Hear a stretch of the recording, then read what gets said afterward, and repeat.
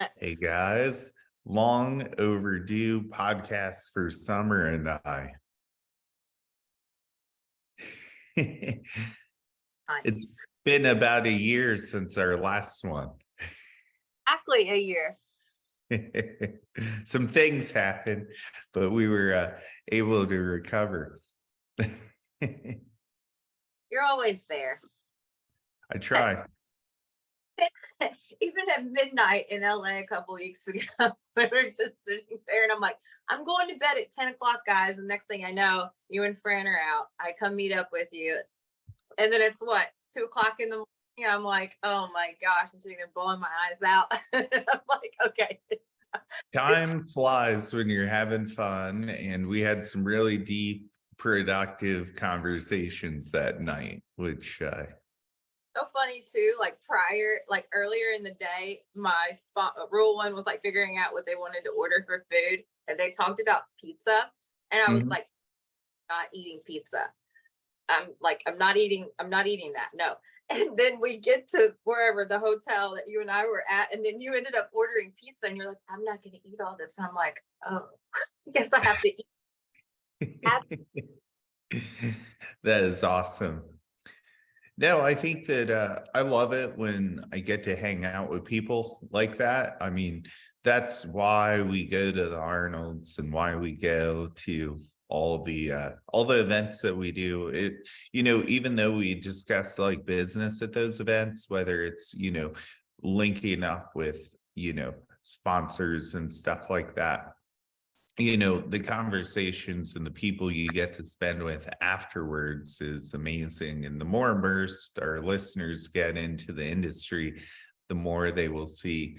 I also think too, those are a great time to promote your brand. I think a lot of my newer clients are like afraid to ask for things, right? But like these companies want to align with you and support you on your journey, because they can also promote their product. So I think a lot of people go to these expos and they're like, I hope I get sponsored, or I hope, but they don't really shake enough hands. They'll usually just grab samples or, kind of expect a company to ask. But you really have to go in, and you do have to, you know, there's some weight around and just say, hey, I'm looking for some help in my health and fitness journey. And I already told you, I've been with Rule One for like 7 years, aside from like a year that I left. And Yeah, they've been really good to me. And I mean, if you're going to take the sport serious, then definitely they want to align with people like you. So yeah, it's Absolutely. fun though. Even though we didn't get to hang out that much, it's still fun. It was, yeah, we at least got to go eat together, and that was definitely awesome. So I always enjoy that. Do you hear me? So yeah, I can hear you fine.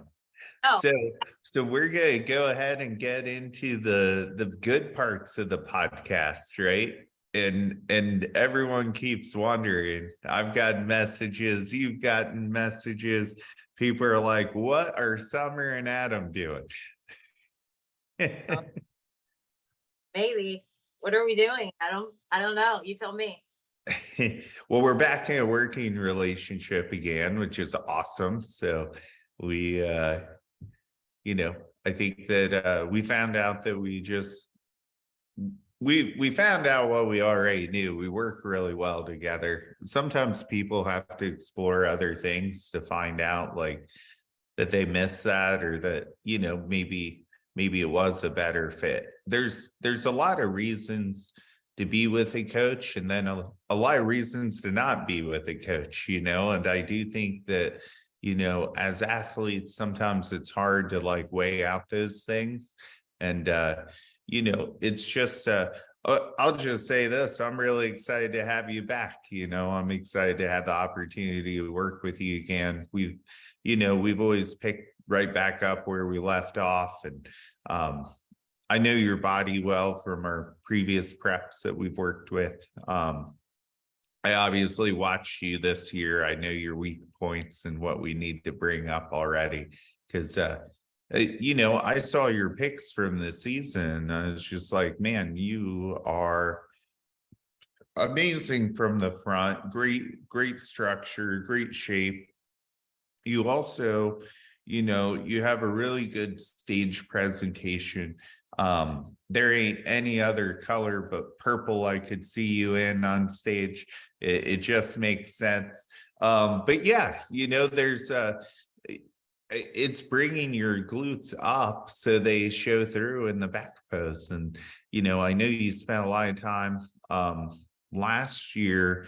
Well, we had spent a lot of time doing that, but it did kind of get once you changed directions, it got changed to being much shorter than me and you had anticipated. So like we would kind of be, if we were in our own timeline, we would have been just starting our competition journey like now.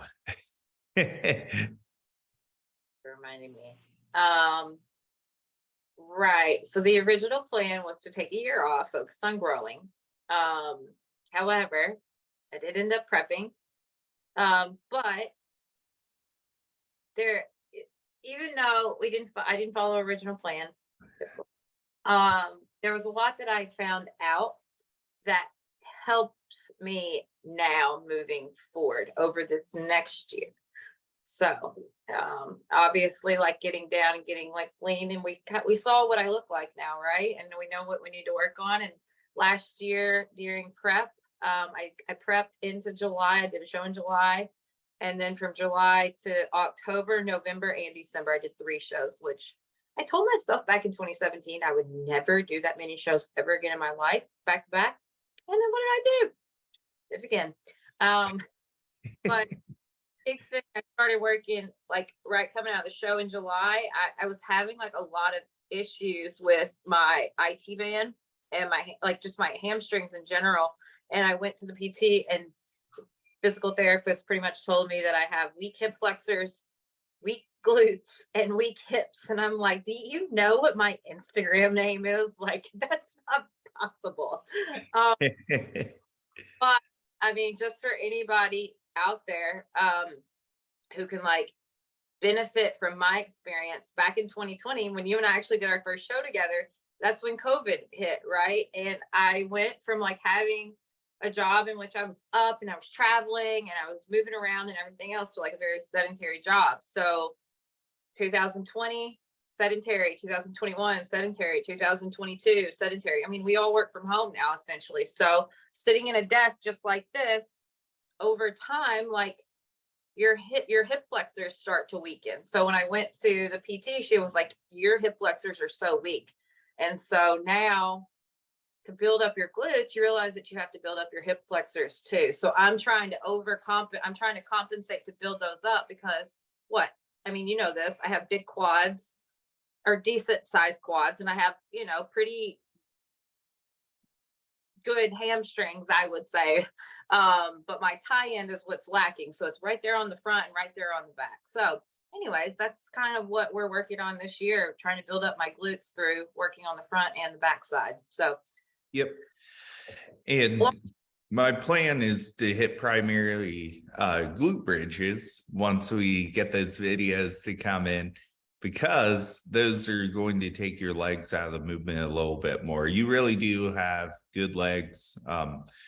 You're going to have a lot of positives, once we bring the glutes up. Like, I just think structurally, you're really going to be very complete on stage as an amateur. I think honestly, once the glutes are there, you're going to be very complete as a pro. It's just literally getting those glutes up. And I'm honored that we get to spend the rest of the year growing those. So that's awesome. Why? What did I make you do with me? I'm stuck with you for a while. I full agreement with myself. You know what, though? I was I was glad that I was good. I knew that we were going to be fine kicking back off. Like, we definitely missed working together this last year. It just feels good to be back together and like kind of back to business for us. And I think one of the great things is getting you, post show to help you with all the post show struggles right out the gates, which can be tough, as most people know. You're not in the best hormonal environment post show. We were able to get your menstrual cycle back within just a couple weeks of working together, which is great. So crazy. Yeah. So how are you feeling in the off season as far as our transition out of prep into the off season so far? So finished show nationals December. And honestly, I mean, anybody else who goes through this post show is, unless you have something lined up and planned and ready, and next step, you have all the other pieces of your life aligned and set up to be able to continue on. It's hard. I mean, I think for anybody, it's hard because you go from such having literally 24/7, 0 days off in general, because even though your physical state might not be working out or training or doing cardio, your mental psyche is still there. So when you go from having all of this stress and pressure to so structured to no structure at all, essentially, it's just like, whoa, what do you do with yourself? And then like next thing you know, you could start putting on weight, or it's the holidays, so it was like very difficult for me because I go home and like I haven't seen my family and I want to spend time with them and enjoy them. And what sucks is that this country makes, or anyone makes, bonding around food. And obviously the holidays you do that, right? But to go from prepping all year long to not knowing that you're not in prep and not really knowing what your next step is. I mean, you start eating a little bit and you can put on weight just like that, So not really recognizing what you look like anymore.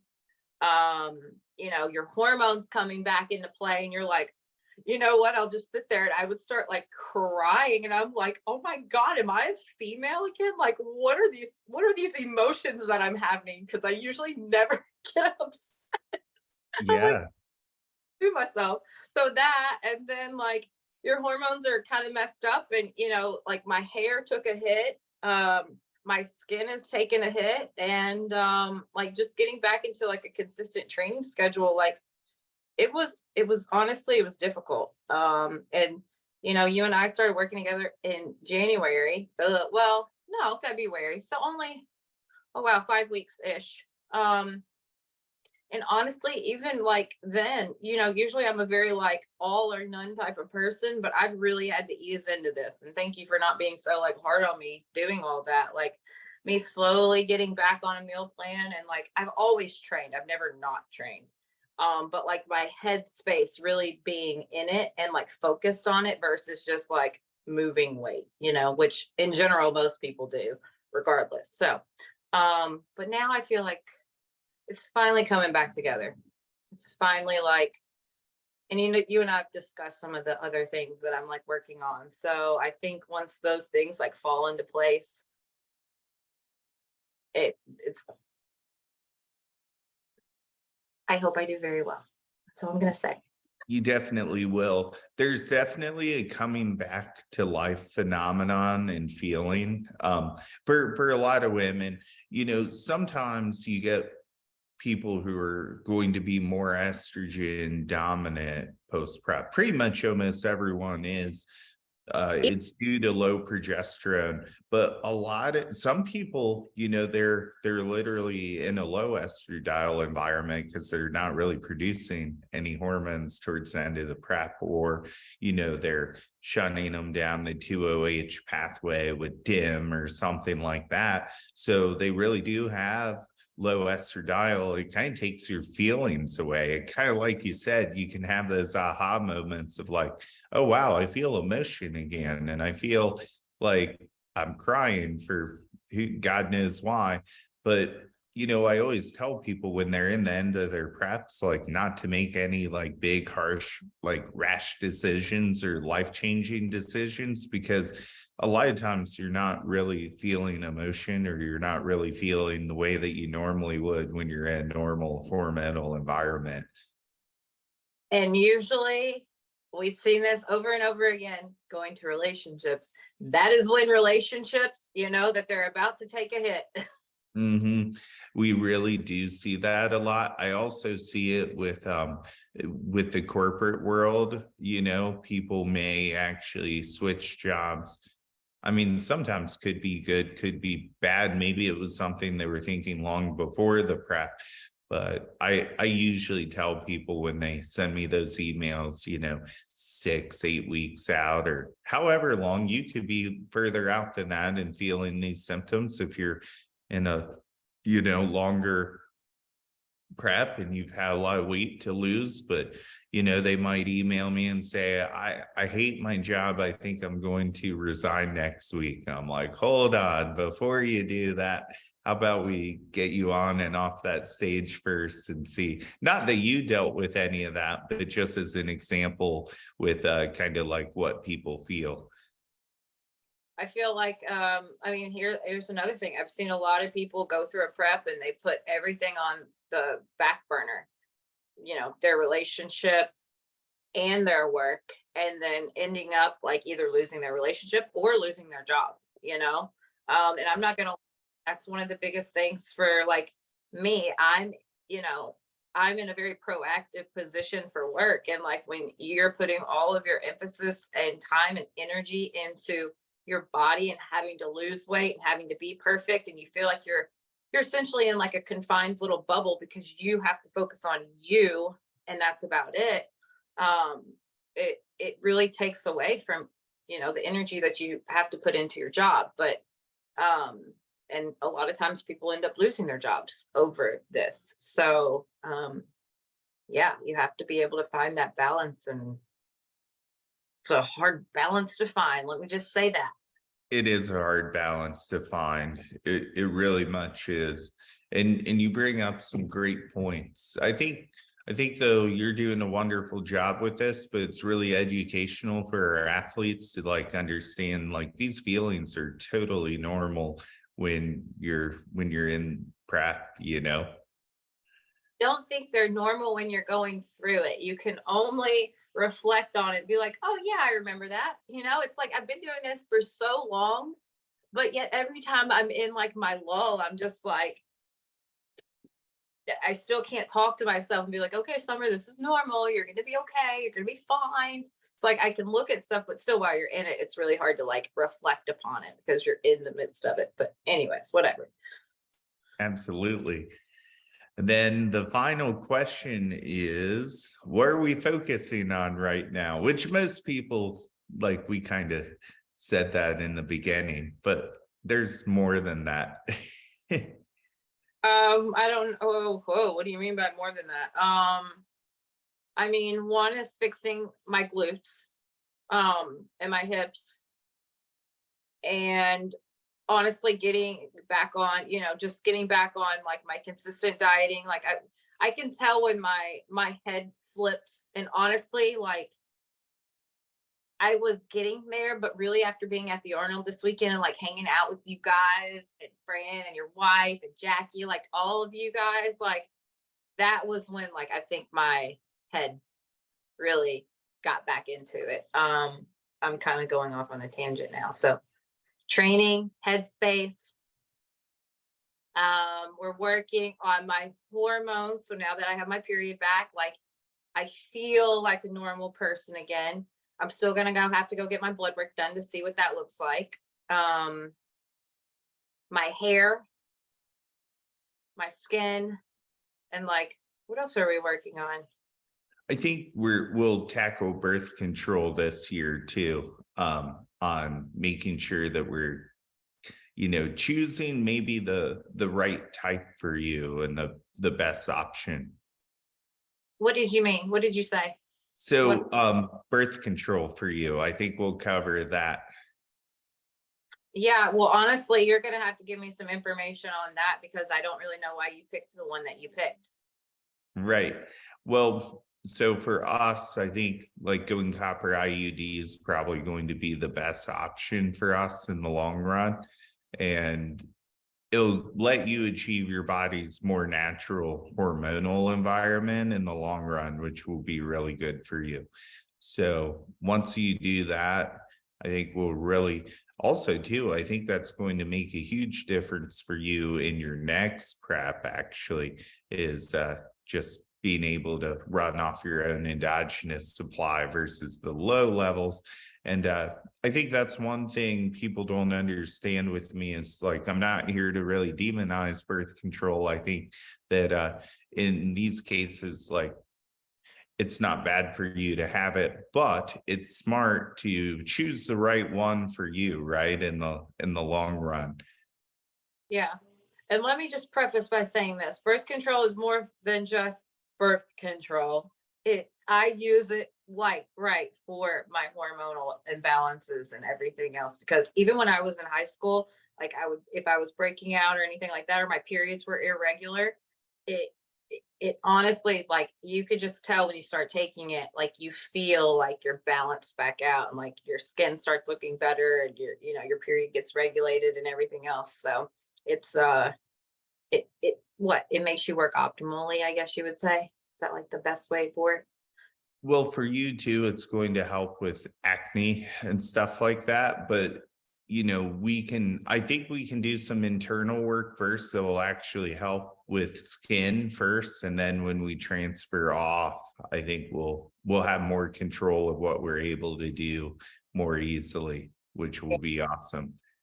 Yeah, I agree with that. I absolutely agree with that because I mean, just like, um, like for people who, and a lot of this, I'm not even gonna lie, it's probably from my diet not being good. So if I'm eating very, very clean, skin is perfect, skin is clear. But I'm so used to eating so clean. Like again, every single meal tracked last year. I didn't get cheat meals. I didn't get cheat Mhm. meals. And I start like eating sugar and everything else, like that's when I'll start breaking out again and all of that. So my dermatologist like originally put me on like doxycycline and just like oh my gosh, it's like just a benzoyl peroxide. And this is just obviously for people who, are looking into it, but, aren't getting their hormones fixed because of birth control, whether they can be on it or not. This might just be another option for you guys. But so those two things have helped a little bit as well. But yeah, I mean, the core to all of our issues is definitely just my hormonal imbalance needing to get back in play. So yeah. This will make a great difference for us. Hey, Adam actually coming to see me. Go into the city. Well, I'll certainly be there for Universe. So I'll definitely try to extend my stay a little bit. I think But that's do next year. what's that? That's the show we should do next year. I agree. I think Universe will be perfect, but you'll be at Junior Nats too before. Oh, well then I won't, right? We'll put you in everything. Joking. No, that's something I learned. I mean, if I'm right there back in 2017 when I did do junior nationals, I got second and I was right there. And, Sandy told me, she's like, go do Universe, like you're right there. And I was dating a guy and he was like, no, it's my turn to compete. So of course I was just like, okay, all right, well, no big deal. I'll come back and I'll get it. I'll get it the next year. And then we all know what happened then. Yeah. Sometimes you just want something so bad. I was like, okay, well, next year it's in the bag, right? I was like, I'm going to stay super lean all year. I'm going to make sure my diet is perfect. I don't need to do anything. And then, like, I ended up staying so lean that I just looked stringy. So, Hmm. anyways, we're back, and you're going to tell me what to do. Yeah, I think this is good for our first podcast this week. And we'll be releasing these probably once a month for you guys to cover Summer's journey, let you guys know how things are going. And, we'll definitely be at some events together this year. She's pretty active in the bodybuilding community. So, she was just at the Arnold. So she takes a lot of time out of her weeks to be involved in the things going on in the industry. You were at LA Fit Expo a couple weeks ago. So yeah, it's always good to see you and be able to spend time with you when these events happen. But most importantly, I'm really excited to be back involved in your preps again and taking care of you as an athlete as well, beyond just a friend. Mostly a friend. Always, right? No, we don't have those issues. We won't very soon, I think. Well, thanks for joining, guys, and we will see you on our next podcast next month.